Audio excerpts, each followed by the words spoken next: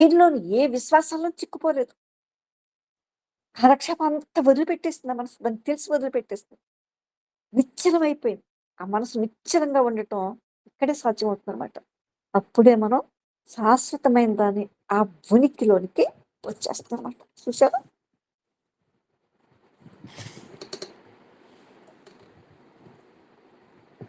ఇప్పుడు పూర్తిగా ఈ మనసు నిజమైన మతాత్మక స్థితిలో ఉందనమాట.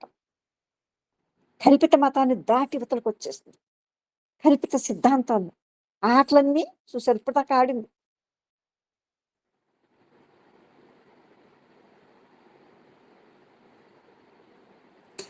అలాగే మానవులు, మానవులు ఆరాధించటం కోసం ఏదో కావాలనుకోవటం ఒక వాస్తవమే కదా!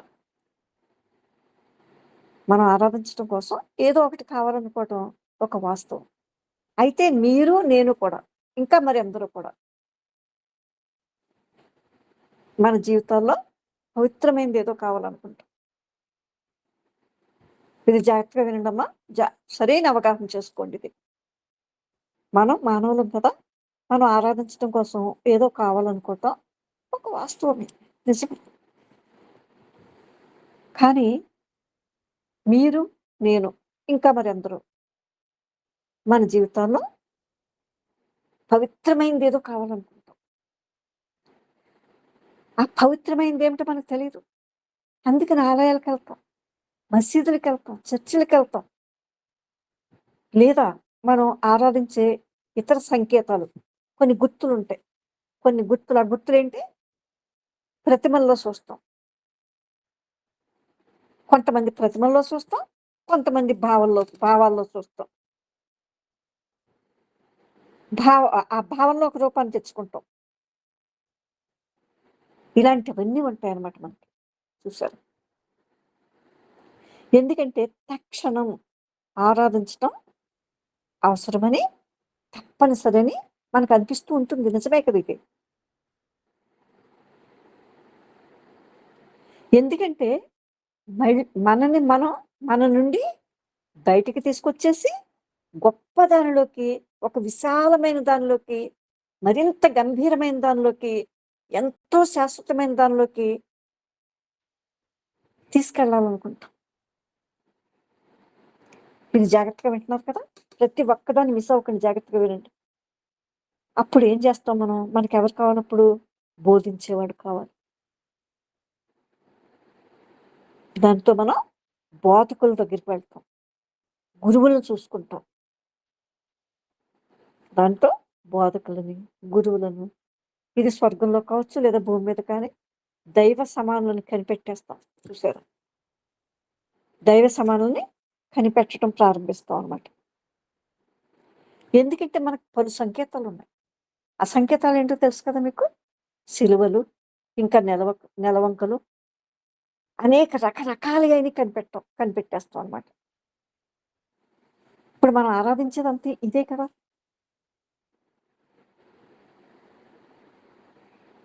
ఇదంతా ఎందుకు చేస్తున్నామో మీకు అర్థమైందా? మనకు తెలియని దాన్ని, ఆ దైవాన్ని తెలుసుకోవటం కోసం. కానీ ఇవన్నీ పరిమితం అయిపోయి ఉన్నాయి ఇవన్నీ కూడా. ఇవన్నీ సిద్ధాంతాల్లో ఈ మనసు దీనిలో ఈ ఉచ్చులో బిగిసిపోయిందనమాట.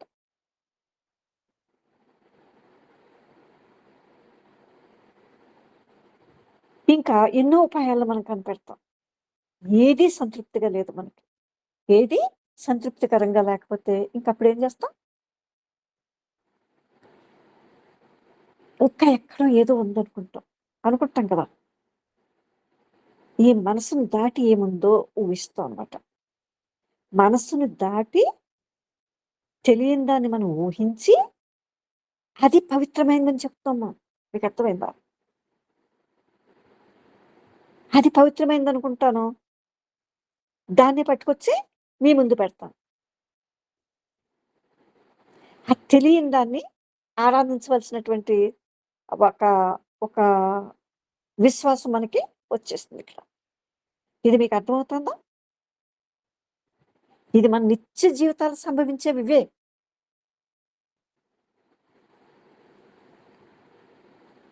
ఇది జరిగేదంతా మనలో అందరికీ తెలుసు కదా అది.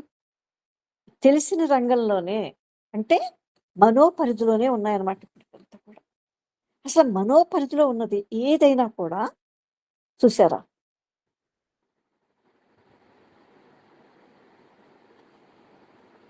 ఈ పరిధితో ఆ పరమసత్యం ఎరుకవుతుందా మనకి? జ్ఞాపకాల్లో కావచ్చు, ప్రయత్నాల్లో కావచ్చు. ఇలా చిక్కుకుపోయిన మనసు. ఈ మానసిక రంగంలో దీని జ్ఞాపకాల్లో చూసారా? దీన్ని ఛేదించుకుని ఎప్పటికైనా అది బయట పడగలదా? చెప్పండి. దీన్ని కొనసాగిస్తా ఉంటుంది కదా! అదే పరిధిలో, ఆ మానసిక పరిధిలోనే ఇంకా మళ్ళీ ఏదో కొత్తది కనిపిస్తుంది. కనిపెడుతుంది. ఇంకో సిద్ధాంతాన్ని కనిపెడుతుంది. ఇది ఇలా కాదు అనుకుంటుంది. చూసారా? ఇంక ఈ ప్రయత్నమే ఇది ఇలాగే కొనసాగుతుందనమాట. ఇలాంటి మనసు చూసారా? దీన్ని ఛేదించుకుని ఇది ఎప్పటికైనా అసలు బయట పడగలదా?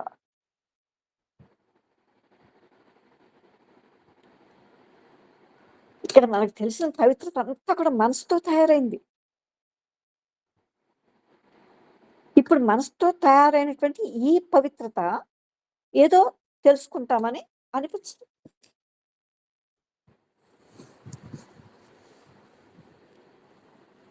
నిజంగా కనుక పవిత్రమైంది ఏదైనా కూడా అప్రమేయమైందే అయ్యుంటారు. పవిత్రత అంటే దేనితోటి ప్రమేయం లేనిదై ఉండాలి. ఈ తెలివి కావాలి మనకి కూడా. చూసారా?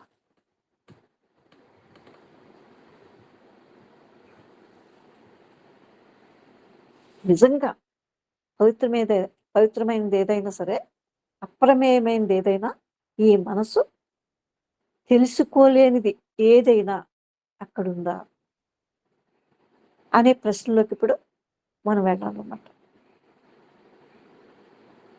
అలా వెళ్ళాలంటే మన ఆలోచనలో, మన విలువలలో ఒక విప్లవం రాక తప్పదు. అంటే ఏంటి అర్థం? ఆర్థికమైన లేదా సామాజిక లేదా విప్లవం కాదు ఇది. ఇది కేవలం అపరిపక్వత. ఈ అపరిపక్వత ఉపరితలానిది ప్రభావితం చేస్తుంది. పైనే ఉంటున్నాం. ఈ సిద్ధాంతాలు కావచ్చు, ఈ నమ్మక విశ్వాసాలు అన్నీ పైన ఎంత పైన ఉన్నాయి చూడండి. ఎంత ఉపరితల భాగాన ఉన్నాయో చూసుకోండి. ఒకవేళ మనం ఇలాగే ఉంటే పట్టుకున్న వాటిని వదలకుండా ఇదే పవిత్రమని అనుకున్నట్లయితే ఇది ఎంత మాత్రము సమూలమైన విప్లవం కాదు. ఇదంతా స్వీయ జ్ఞానంతో కూడుకుని ఉందన్నమాట. నువ్వు పోజేసుకున్నటువంటి జ్ఞానంతో.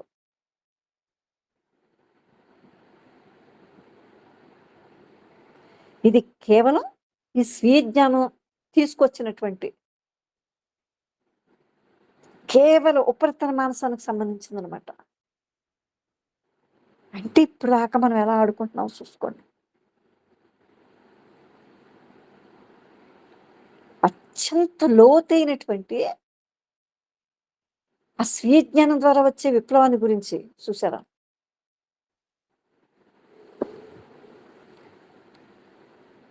గాఢమైన లోతుల నుంచి రావాలి.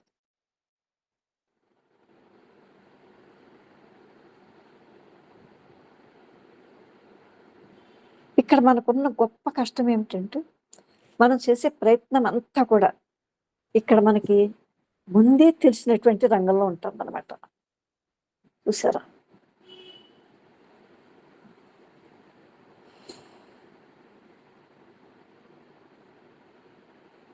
మనం గుర్తింపగలిగిన ఈ పరిధిలోనే పనిచేస్తూ ఉంటాం అనమాట.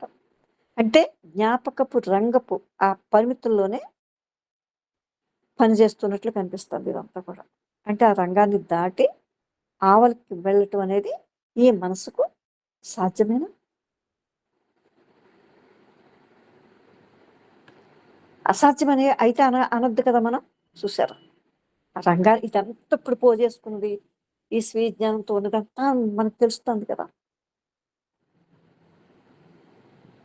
ఆయన అంటున్నాడు ఇలా ఈ రంగాన్ని అంతా పోషించి పెంచి పోషించింది ఇప్పటిదాకా దీన్ని బద్దలు కొట్టుకొని ఈ మనసు యువతలకొచ్చేయటం, ఆవలకు వెళ్ళటం ఈ మనసుకు సాధ్యమా? క్వెషన్ మనం వేసుకుందాం. ఆయన అంటున్నాడు, దయచేసి నేను సూచింపవచ్చునంటే, నేను మాట్లాడుతూ ఉన్నప్పుడే మీ మనసును మీరు పరిశీలించండి. ఇది ఎందుకంటే దీని లోతుల్లోకి వెళ్ళాలనుకుంటున్నాం కదా ఇప్పుడు మనం.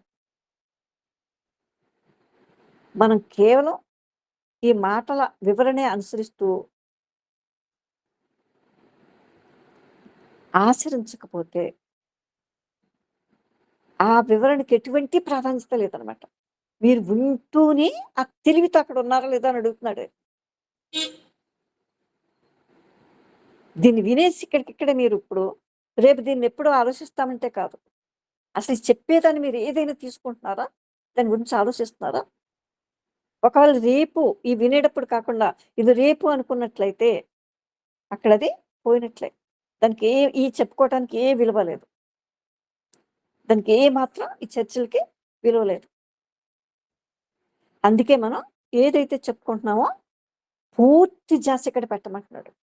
అలా ధ్యాస పెట్టి దానిని అనుసరిస్తే కనుక, అంటే మన భౌతిక ఉద్వేగ ప్రక్రియలను తెలుసుకుంటూ ఉంటే కనుక, అప్పుడు నేను ఈ చెబుతున్న దానికి ఎంత ప్రాధాన్యత ఉందో మీరు వెంటనే ఒక్క లిప్తలో, ఒక్క లవల మీరు గ్రహించేస్తారనమాట. చూసారా?